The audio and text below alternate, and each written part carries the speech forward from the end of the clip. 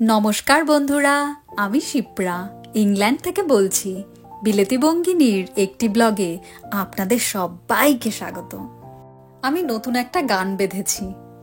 বরফে তোমার নাম লিখে দেব, রোদে জ্বলে যাবে, রোদে জ্বলে যাবে। আমার দর্শকদের মধ্যে যদি কেউ সিরিয়াস টাইপের মানুষ থেকে থাকে, সে কিন্তু বেজায় চটেছে।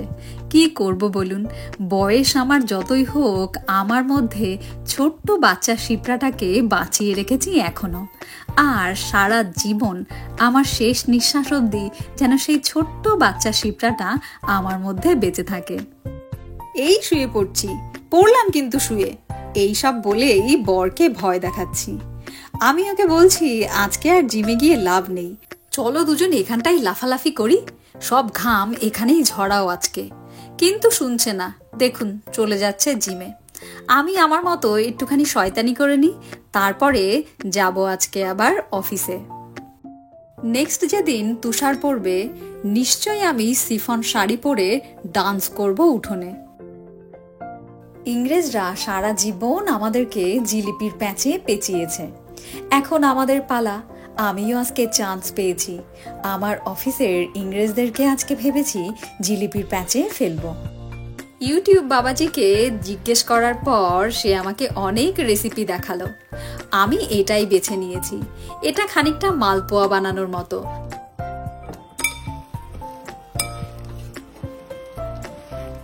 এই দেখুন, কয়েক চামচ ময়দার সাথে আমি মিশিয়ে নিয়েছি খানিকটা চিনি, দুধ, 1 চিমটে নুন আর 2টো পাকা কলা। ভালো করে সুন্দর একটা ব্যাটার বানিয়ে নিচ্ছি। এবার এটাকে জিলিপির শেপ দেব। কিন্তু জিলিপির ওই শেপটা দেওয়াই বড় চ্যালেঞ্জিং ব্যাপার। একটা প্লাস্টিকের ব্যাগ পেয়েছি, তার মধ্যেই ব্যাটারটা পুরে নিয়েছি। এটা দিয়েই শেপ দেওয়ার একটু চেষ্টা করব। আমার অফিসের অনেকেই আমাকে রিকোয়েস্ট করেছিল একটু ইন্ডিয়ান মিষ্টি খাবে, তাই তো আমি এখন জিলিপিগুলো বানিয়ে নিয়েছি। এটা আমি আর রসে ফেলবো না, তবে আবার চ্যাটচেটে হয়ে যাবে, ওদের কেমন লাগবে কে জানে। এক ব্যাচ ভাজা হয়ে গেছে, আর এক ব্যাচও আমি ভেজে নিয়েছি। ভালোই লাগছে দেখতে, খেতেও কিন্তু ভালো কুরকুরে হয়েছে। আপনারা চাইলে চিনির শিরাতে ফেলতে পারেন। চলুন এবার এগুলো নিয়েই অফিস বেরোনো যাক। আমার ফোনের ক্যামেরা কিন্তু ঠিকঠাকই আছে। সূর্য ছাড়া দিন হলে যা হয় তাই। আপনাদের কাছে ভিডিওটা অনেকটা একটু ঘোলাটে ঘোলাটে লাগলেও এটাই হচ্ছে এখানকার ওয়েদার। বাইরে সূর্যদেব নেই বলে দিনটা পুরো ঘোলাটে, পুরো অন্ধকার মতো।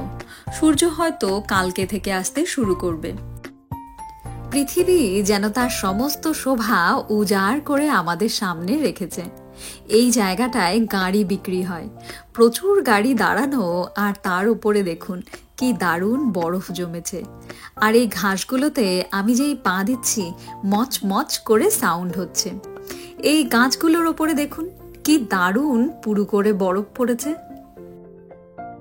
খানিকটা রাস্তা হেঁটে বরফ দেখবো বলে 2 জোড়া জুতো নিয়েছি।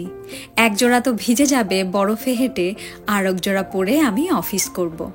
খানিকটা দূরে গিয়ে তারপরে এখন উঠছি বাসে। যত দূর চোখ যায় শুধু সাদা বরফে ঢাকা। এবার বলি, প্রথম দিনের বরফের থেকে দ্বিতীয় দিনের বরফের কি পার্থক্য। প্রথম দিন যখন আমাদের উঠোনে বরফ পড়েছিল, আমি ওই বরফগুলো দিয়ে অনেক কিছুর শেপ বানাচ্ছিলাম। আমার ঠান্ডা লাগছিল না, মানে তত বেশি ঠান্ডা লাগছিল না। কিন্তু সেকেন্ড ডে, আজকে যখন আমি সকালে বরফ ধরছিলাম, একবার টাচ করার পর হাতটা যেন কেটে পড়ে যাবে সেরম ফিল হচ্ছিল। আর প্রথম দিকের বরফটা একটু জলা জলা, আর আজকের বরফটা একদম শুষ্ক রুক্ষ, খানিকটা ওই চিনি বা নুনের মতো। যে জায়গাগুলো থেকে শুধু গাড়ি যাচ্ছে সেইখানটাতেই শুধু বরফ নেই, আর অন্য জায়গায় কিন্তু দারুণ বরফ জমে আছে অনেকটা পুরু হয়ে। আর সাধারণ মানুষ যেখান থেকে হাঁটবে সেখানে ছড়ানো আছে নুড়ি পাথর আর নুন, মানুষ যেন পিছলে না পড়ে যায়।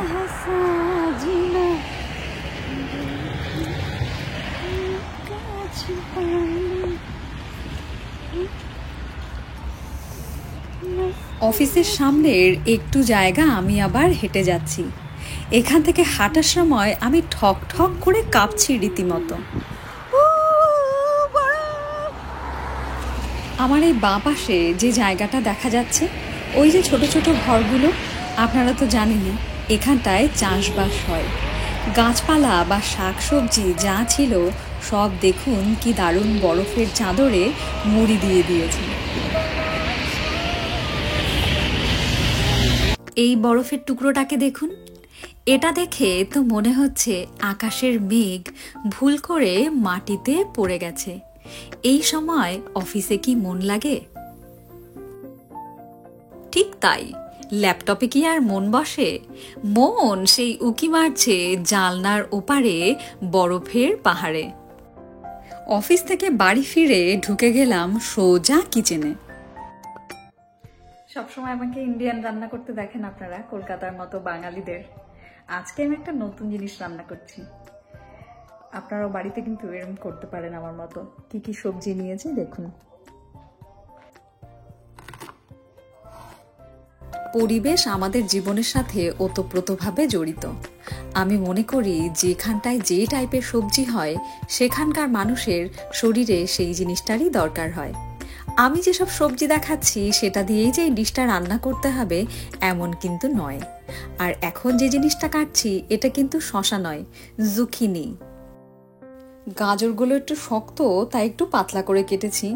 পেঁয়াজ দিয়েছি, জুকিনি, বিনস আর আলু। এর সাথে দিয়ে দিচ্ছি 2 পিস স্মোকড ফিশ। ছোট্ট একটা পেঁয়াজের টুকরো একদম পাতলা করে কেটে এর সাথে মিশিয়ে নিচ্ছি। এইবার একে একে সুন্দর করে এই ডিশটার মধ্যে সাজিয়ে দিচ্ছি। এই জুকিনি সবজিটা কিন্তু আমার কাছে একদম নতুন। আমি মনে করি আপনাদের কাছেও নতুন। দেখতে একদম শসার বিকল্পের মতো, আর খেতেও কিন্তু একই রকম, একদম নরম। কিন্তু শসার মধ্যে আবার দানা থাকে, এইটার মধ্যে দানাটা মিসিং। আপনারা যখন এই ডিশটা রান্না করবেন শসার সাথে এই জুকিনি রিপ্লেসমেন্ট করে দিলেই হবে।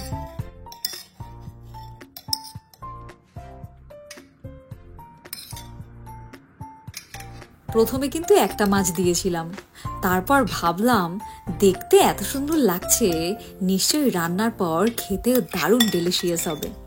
তখন ওই একটা মাছের পিস নিয়ে দুজন মারপিট করব, তার থেকে ভালো 2টো পিসই দিয়ে দিই। ভালো হলে ভালো, খারাপ হলে খারাপ। অনেকে আবার সবজিগুলোকে আগে থেকেই নুন আর তেলের মধ্যে ডুবিয়ে নেয়। আমি সেটা আর করব না। আমি হালকা একটু তেল আর নুন ওপর থেকে ছড়িয়ে দেব।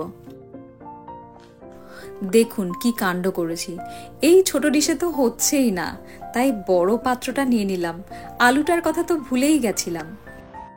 এবার একটুখানি নুন আর ব্ল্যাক পেপার আর হালকা অলিভ অয়েল আমি ওপর থেকে ছড়িয়ে দিচ্ছি।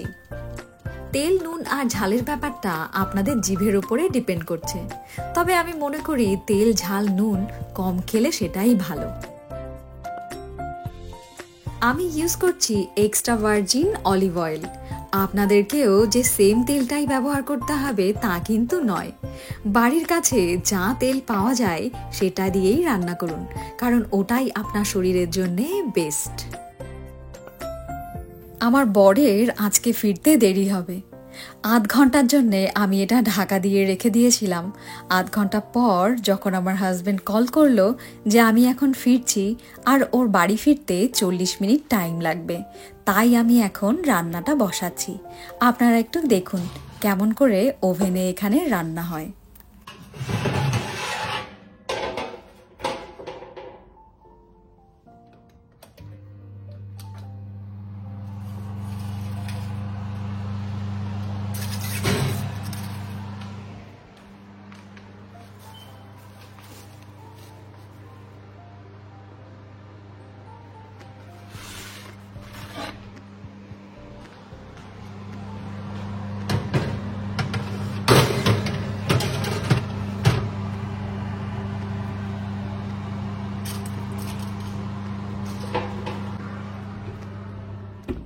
ঢেকে দেওয়ার পর টোটাল 40 মিনিট রান্না হবে।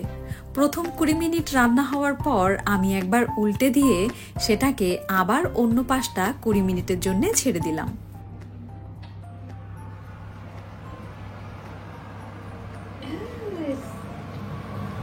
Is it ready? Do you think?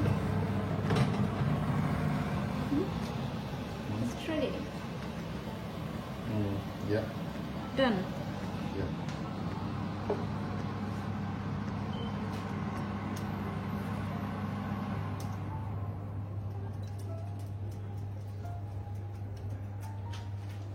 It's very hot.